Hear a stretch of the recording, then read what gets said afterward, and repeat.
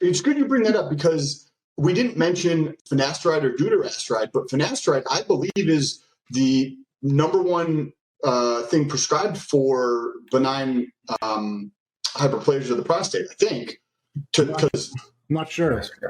Because finasteride basically blocks or stops like an AI would for estrogen, but finasteride does that to the 5-alpha reductase enzyme. So it reduces the conversion to DHT, and it has that effect on the prostate. But one of the reasons, tying into like the hair thing, another reason people also use finasteride is for hair, protecting their hair or regrowing hair or whatever. Have you guys had that happen with yourselves a lot, or? Yeah. So I actually need to redo my video on it. I did a really detailed video on it. So I tried natural products. I did have hair loss issues at one point in time. I still do. I shed hair, right? Wow. Nothing I can't control. I mean, a full head of hair, right? And I never had my hairline recede or anything like that. It was about to start doing it, and that's when I took a more medical approach. So my experiment, I did my own experiment with natural products, shampoos, curcumins, oil, stuff like that, right? And I prevented the hair from falling out. There was also a carbon-60, which is a radioactive isotope that they basically use in olive oil as a delivery agent, and actually did increase. It did grow my hair back a little bit, but I was not treating it for falling out at the same time. I was only trying to regrow it. So I was trying to regrow it at a rate that wasn't good enough for the fallout. So that was a mismatch on my part. But the issue with carbon-60 is radioactive, so you don't want to combine different products with it because it's driving through the cells, and I didn't want to mess with that. So I did one at a time with that one. Found some shampoos that were pretty good. And then when I took my medical approach, I regrew my hair, and this is after a year and a half. I regrew my hair in literally a month and a half, 2 months, all of it. So like, I guess the hair follicles didn't really die off. It was a combination of finasteride, finasteride and Rogaine. I was using the 10% topical, by the way, is a lot better than the 5% topical. So I 100% recommend the 10%. The issue with Rogaine is you start shedding your hair faster. And the reason why you start shedding your hair faster is it kills off the weak follicles and it comes out. So just like there is a shedding process that comes with Rogaine. And you pretty much need to stay on Rogaine. Why? Because your hair's still going to shed. You didn't beat your genetic displacement for hair loss. So that's one thing. Then I took the finasteride and I started at 1 milligram. 1 milligram hardly did anything for me. Per day? Were you doing one per day? Once a day. Yep. So it was 1 milligram and hardly anything. A little bit, but hardly anything. I was on a GHK derivative, by the way, at this time too. So it was a good time to do this experiment. 2 pills, so 2 milligrams a day.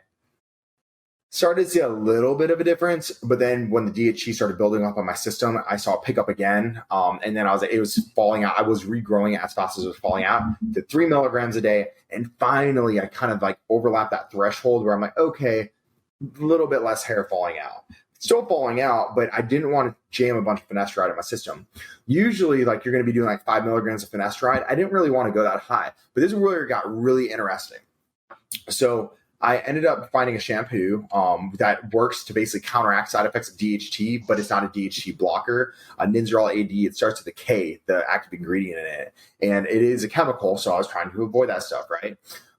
So I combined that. Is it ketoconazole or something? Yes.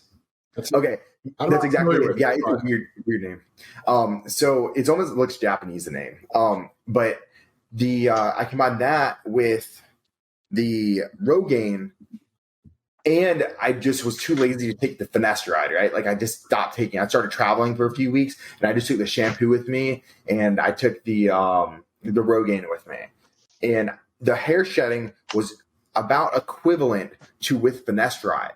When I dropped that DHT, and first off, during that 2-week period of time, I was eating less food, and as soon as the finasteride was out of my system, dude, I put on like 3 to 5 pounds of lean tissue. Like I just was like, boom, blow up. And I'm like, what? Is it actually that drastic? And then I literally backed off everything because I had a gut issue. Backed off everything, and I was just on testosterone, and I still was retaining everything. I was still getting bigger. And I'm like, is finasteride really that detrimental towards muscle growth? And the answer is yes. Wow. And then taking finasteride ever again? No. As soon as I came off the DHT derivative, by the way, and I was just doing Ninzarol AD, the active ingredient you just talked about, combined with the Rogaine. By the way, I'm not following the instructions on the Nizoral AD. I do it twice a day. Twice a day is like optimal for everything with hair loss, from my personal experience. Besides the Finasteride, I did once a day, obviously. Like my hair's like full head of hair. Like, don't need Finasteride. So I'm kind of opposed to Finasteride because I didn't have erectile dysfunction or anything like that. But I did notice drastic differences on how much muscle I could grow, especially if you're taking stuff to try to grow muscle. Yeah, you don't want to take a pill that's hindering that.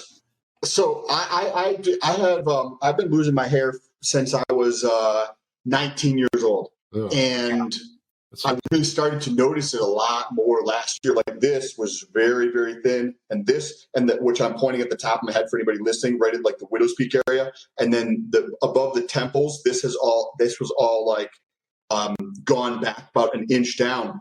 And starting in December of 2019, I think it was, 2020, I started a Finasteride 1 milligram either once or twice a week, because I didn't want to kill my DHT levels, my serum DHT levels.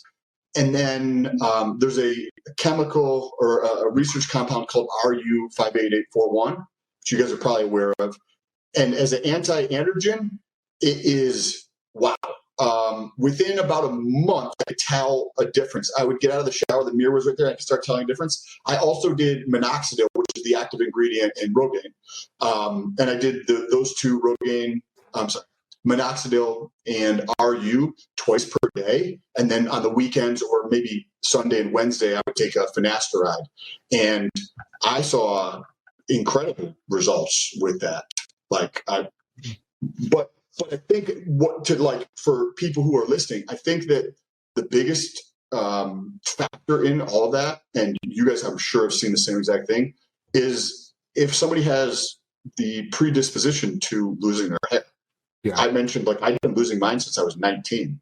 I'm 36. My dad's completely bald. My brother is bald. My grandfather was completely bald. I was like, oh, fuck, this is where I'm going.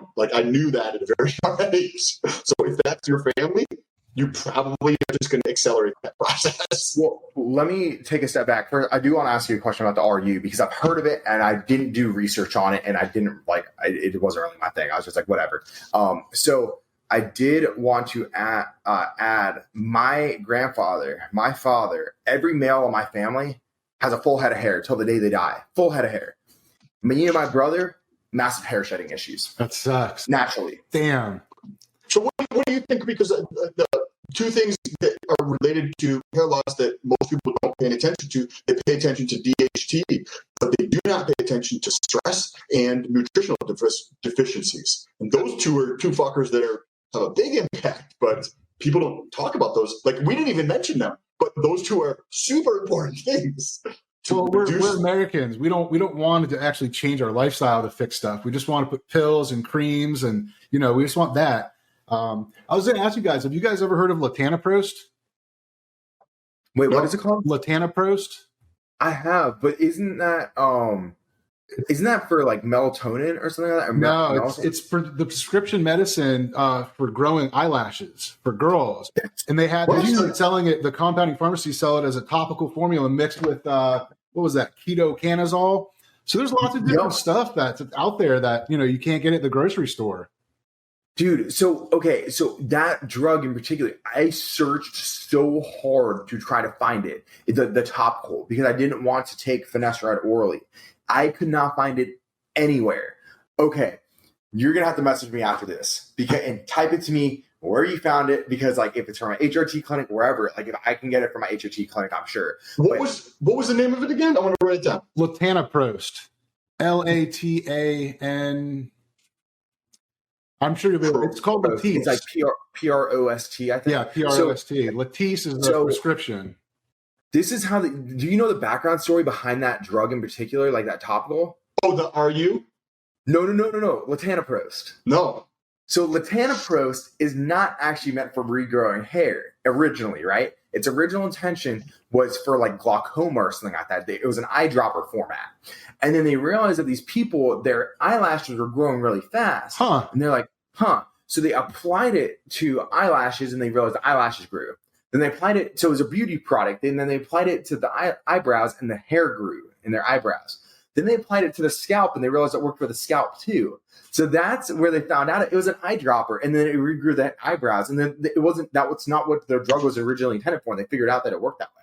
I'm surprised there has to be some reason it has been marketed for male pattern baldness. There's got to be some reason. Maybe payoffs. I don't know.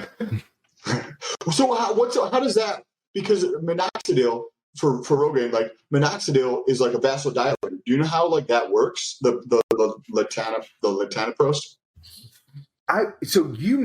He's looking it up. You may know in a few seconds here. I actually don't know, but if you feel like glaucoma, right, it probably has to be some type of vasodilator of some sort, because you're trying to basically get rid of that extra oil and stuff like that and get nutrients to the area. So I'm sure there's some type of vasodilation involved, but I do know it works better than minoxidil. I do know that for a fact. Interesting. I think I want to try that. I couldn't find it anywhere, man. I was like, dude, I was searching like my pharmacy websites, everything. I could not find, and I'm like, this is like the most mild, it's topical. Like, why can't I find this? I was like, I can find finasteride for days. I can find like all these other drugs that I want to. And I'm just like, why can't I find something that's freaking topical that you rub on that's using beauty? have you guys find a simple answer as to why latanoprost grows hair? I found this study, but we're coming up on almost an hour, so I'm not going to read the study. Yeah. But okay. But yeah, but when I was typing it in, it was mentioning glaucoma. When I was typing in latanoprost, I was like, how does latanoprost? And it was like help with glaucoma. I was like, that's freaking crazy. That's really crazy. You got some people where they got glaucoma and now their hair is just like growing out of their their eyelashes and eyebrows. It's wild. On the hair thing, real quick, and then we can wrap it all up. The peptide that I was just researching with is GHK-Cu. It's naturally occurring in our body and increases when we get an injury. But it helps with healing and it helps with skin, and it's more in the beauty realm of things, but it could be in bodybuilding as well for like injury prevention and stuff like that. But also there's data out there that it shows increase in the number of, I remember the thickness. It could be the number of hair follicles too. And people use it for hair regrowth as well, which I'll probably be testing this fall. So it's like GHK-U copper or something like that. Yes. Super, super interesting peptide. We had talked about it briefly earlier. It's like a BPC. Yeah. BPC, right, helps almost everything that has been tested. I haven't found one study where it didn't help something. And right, like it's just like you should just take BPC almost like a vitamin. But not really, but so good. It's so good. This is like one of those studies that does a synopsis of all the collected literature up to that point, and they didn't have any negatives on it, and it was like anti-cancer, anti-inflammatory, it helps with wound healing, it helps with this, it helps with this, and I was like, holy, this is amazing, and it helps with skin wrinkles, and it helps with the elasticity of your skin, and I was like, it helps with hair, all this other stuff, but I'm sure we could go on and on for hours. I want to take a second and just appreciate both of you sharing your time and your knowledge with myself, but also with everybody else here. Any quick closing thoughts you guys had? Imagine these like peptides that we're talking about right now. These are like first generation peptides. Wait till like the second and third one. Like I think peptides are going to be the future of medicine. Personally, I'm really interested to see where all this goes. As long as Big Pharma doesn't block it and mess it up. But yeah. Yeah, so I'm going to just tag on to that. Peptides, I didn't think that the FDA was going to legalize any of them because they are so anti-cancer, longevity, and there's really, really not that many downsides to any of the peptides. There's a few that have a little bit of downsides here and there, but they're not that drastic because our body naturally creates them. I think that they're the future if the FDA doesn't block them. They're letting some in, so I think we're going to see them slowly, and I'm really curious to see what comes up in the future too. For instance, that peptide I hadn't even heard of because they're figuring out more and more. I think they only know about like 100 and something. Like they know that there's 100 something in the body, and they only know a very little bit of them, like 50 or 70 of them, something like that. You had mentioned the basically the retardation of the cells that can cause issues. It can cause issues with your skin in terms of like that's why your skin gets fucked up as you get older and other things. So what GHK-Cu does is actually at the gene level, and it increases the expression of a bunch of genes that help that tend to decrease over time and decreases the expression of genes that have like we can get into it in another video, but it is I got the same type of excited feeling I got about this that I did with BPC when I started learning about That's BPC cool. years ago. Yeah, I'm gonna have to read about it. So cool. Awesome. I appreciate you guys. Thank you for everybody else who's listening. If you guys have any questions or topics for new videos for us, leave them in the comments. If you want to help out the channel, tell somebody else about us. We're trying to grow and provide valuable information to everybody in the marketplace, and we enjoy doing this. So appreciate you guys. And if you're watching on YouTube, all of our socials will be down in the description. We also have links to all the different affiliates and sponsors that we work with. I'll try to get that on the podcast. I'll try to get the social links at the bottom.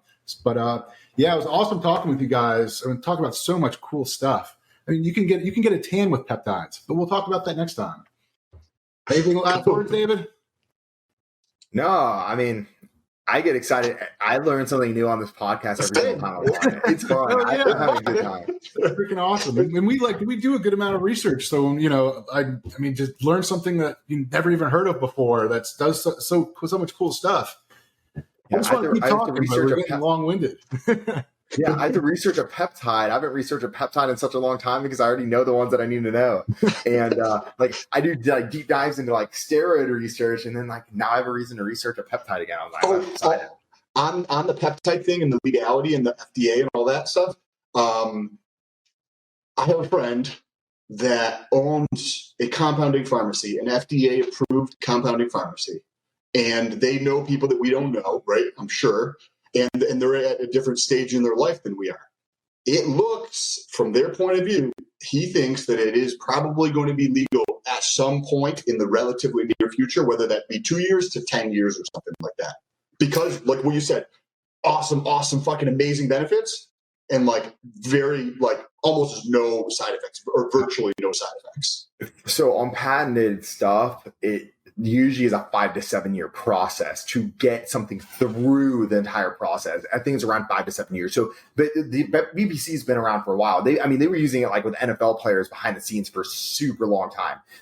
First time I ever used it was 6-7 years ago. I think we were talking about forever ago, before even people knew what it was. And it was an underground thing. BBC, what are you talking? What was that? Is that a bomb? I'm no, it's not a bomb. GHK copper could be the next BPC, and we're just talking about it now. You learned about it on the Too Much Test podcast. You guys want to wrap it up? Yeah. We're just going to keep talking. We're going to just keep talking if we don't wrap it up. Okay. Maybe we should do peptides next time. We should all pick a peptide and deep dive or something like that. Yep. Yes. All right, guys. And we can pick one topic on it or blood. I'm down to talk about it. I learned something. I appreciate you guys' time and sharing your information with me. Good stuff. Well, thanks for watching, guys. Thanks for listening. Tell your friends. Too Much Test podcast.